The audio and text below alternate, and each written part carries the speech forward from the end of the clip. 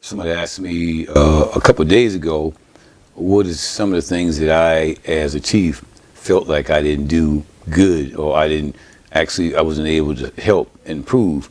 Well, one thing that I didn't help improve is the homicide rates.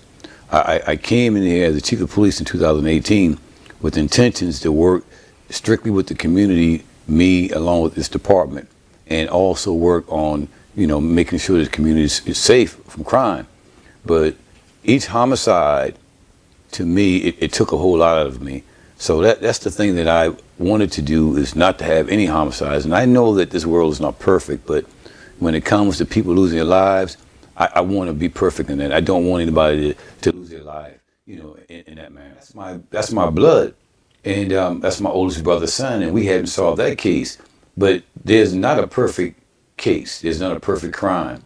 There's something or somebody out there that knows what happened to somebody's loved one who was killed, and we just have to find that person. Or when that witness or a potential witness gets information, they need to share it with law enforcement so that we can bring that person who's responsible for that crime, bring them in and charge them accordingly, and then also to help the family with closure. So that it's not a perfect situation, but it's going on, and we don't like, we dislike victimization, because whenever you victimize somebody in the city of North Charleston, I take it personal. It's not a good feeling. I mean, it's a feeling that I can actually pull out of my mind every day. I can basically tell you some of the families' names, where they reside at, the communities that they're from, and most all of them, I can tell you exactly what happened to their loved one. It's not good telling any parent or grandparent or brother or sister or just family that somebody took the life of the person that they love. But my great grandmother used to always say, as well as my mother, that a parent should not have to bury their children. And I believe that. I have 2 children, and I want them to be there for me and my wife when our time comes, when we have to go on to be with the Lord. It should not be in reverse. So, I mean, it's a feeling that you don't want to have. And I was at the hospital in 2010 when my brother's son, my nephew, the doctor came out, and they came and talked to me, and they told me that he was gone. And that's a feeling that I would not want anyone to experience. We're not doing anything to the community simply because we want to, or simply because we have a badge or a gun. That's not what North Charleston Police Department is about. We are a strict community engagement working department, working for the community. When we swear our oath and we raise our hands in the air, we say that this badge is a symbol of public trust. And we strive to justify that trust. And in striving to do that, we must make sure that we follow all the laws that are in our communities, that's in our nation. So when we're coming to somebody's house looking for somebody, most times we want to be right, and sometimes we'll call ahead. If the person's not a dangerous individual, yeah, we can call ahead. But if we already looking for you because you committed a homicide, or you actually shot in somebody's home or somebody's car, well, you have to realize that level that you took, we have to be above that level. So we need to, protect ourselves. Why? Because we're human beings just like everybody else. I want to go home to my wife and my 2 kids as well as other officers are. And I'm trying to make sure they're getting home safe. So we just really sometimes execute search warrants or arrest warrants, and it maybe sometimes not at the liking of the people who the home that we're at, but it's nothing to do with them. I would like it to be, this is a perfect world. If you know that your loved one was involved with some type of crime, just hey, tell him or her they need to turn themselves in, or they can't live there.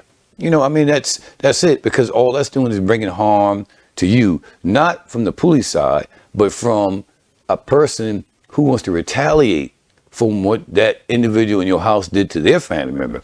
That's the big problem in society, retaliation shootings. Not be a person who actually pulled the trigger. But if you are the person who actually sat down and mastermind the whole scenario, you are just as culpable as the person who pulled the trigger. In the state of South Carolina, the hand of one is the hand of all. So what I'm saying to you, what I was told, if you don't want to be caught up in the crime, you don't want to be charged for something that you didn't actually physically do, then you need to be a man or woman and step away from that. I understand it's different. It's a different code now in the streets, snitching and, being down with somebody, whatever. Yeah, ain't nothing wrong with you being down with somebody, but I'm not gonna let somebody get me caught up in something that I know that I am not directly involved with, indirectly. So what I'll do, I'll ease off, not disrespecting them, but I'll ease off and go my separate direction. Because when the police come looking for you, the information that we have, your name wouldn't be on that. The program, I think initiative actually was all about having people who are inmates in prisons to come to schools to talk about what caused them to be incarcerated. And I do feel that does work, because you need to hear from somebody who really is incarcerated. But they have a better program now, and they're starting to crank it back up again, because I think they started a program back in 91, 92, and we did it at North Charleston High when I was a school cop. It's called Behind the Bars. Behind the Bars will take a tour of 35 kids, some kids who are troublemakers in school, some kids who sometimes make mistakes, and kids who are never in trouble. You take a wide variety of kids to the prisons, lock them in there for 2.5 hours. The inmates take them on a tour. You actually go, you take a tour to where the inmates sleep at every night, the cell, where they eat at every day, where they take showers at, and where they walk in the areas where they do physical fitness. When you see, for me, Scared Straight is good. But Scared Straight, when that guy or girl is removed from that school cafeteria, a child could say, oh, well, yeah, I'm not going there. And that's true. But if a child goes to a prison and see how that life is inside, that changes their perception of, man, this is the worst I ever seen a human being live. And the whole mindset to Behind the Bars is, do not come back. That's what it is. Do not come back here. You come on the tour, but don't come back in any other kind of way. To me, being an American, living under the Constitution, I believe that it's a fair way of actually handling cases.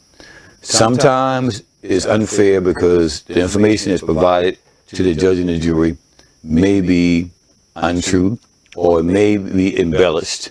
And I think that can hurt you. But if you commit a crime in this nation, and I believe that the folks who wrote the Constitution, I believe that they felt having a due process where you have to go through a case to be actually convicted and proven that you're guilty is a good process.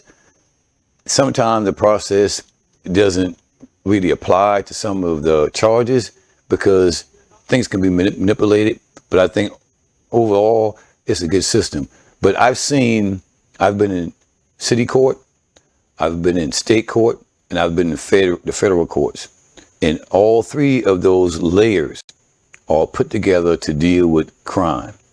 And if you are a criminal and they can prove it, then you're going to have to pay your dues to society. So I think it's fair, but it does hurt me sometimes to see young people lives thrown away for in state court, well, especially city court, they give you days. I think they can probably go up to a year, maybe or less. In state court, they can give you years and years, and life. But the federal court, when they sentence you to months. And I've been there when a mother was sitting there, and that's another thing. It's never the homeboys, homegirls, or the ride or die, I love you forever, I'm down with you forever. They are never there when you have to defend yourself. And even if they are, they're not going to say anything for you.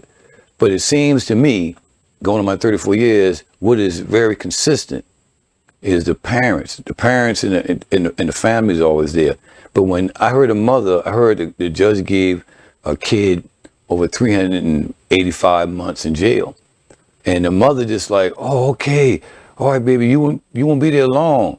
And her lawyer says, you need to multiply that 12. You have to do that. And the mother just passed out. So the different court systems are kind of, they're different, but I believe most of all, they're fair. And the mother just passed out.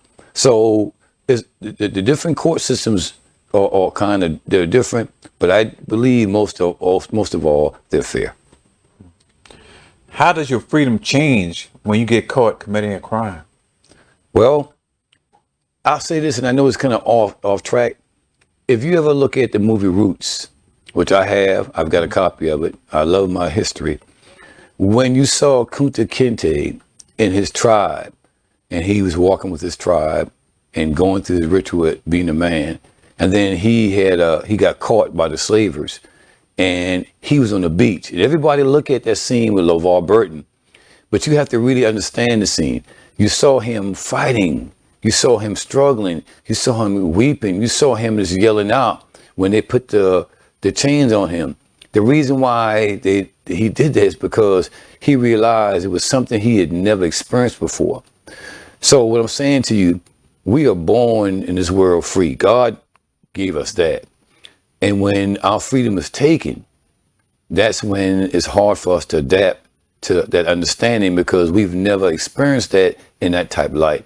So, freedom is the most essential commodity, I believe, in this United States of America.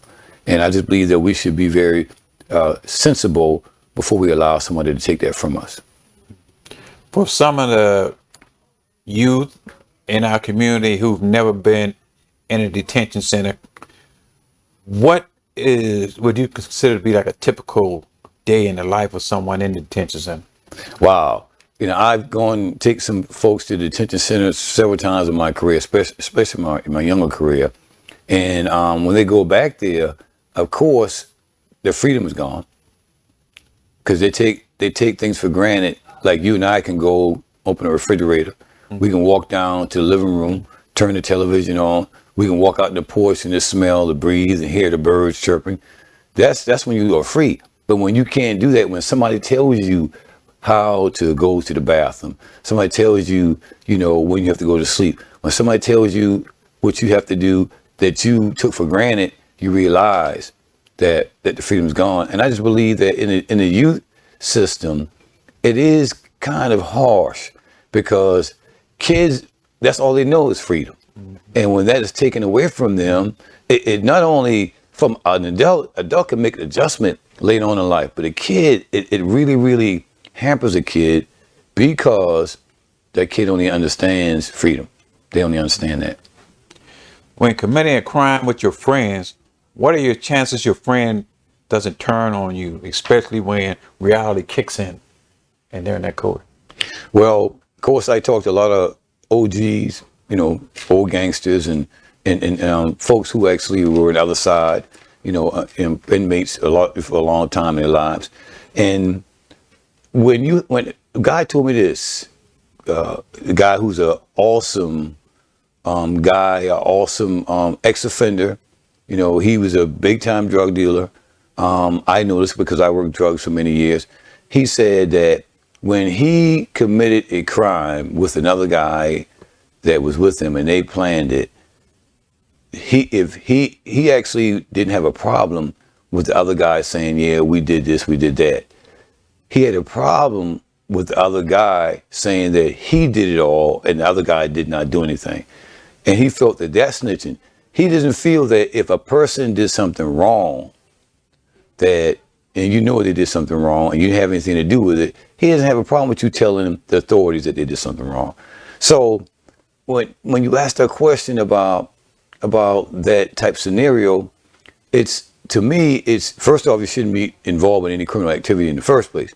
But if you let your guard down and you commit a crime, then hey, you deal with that.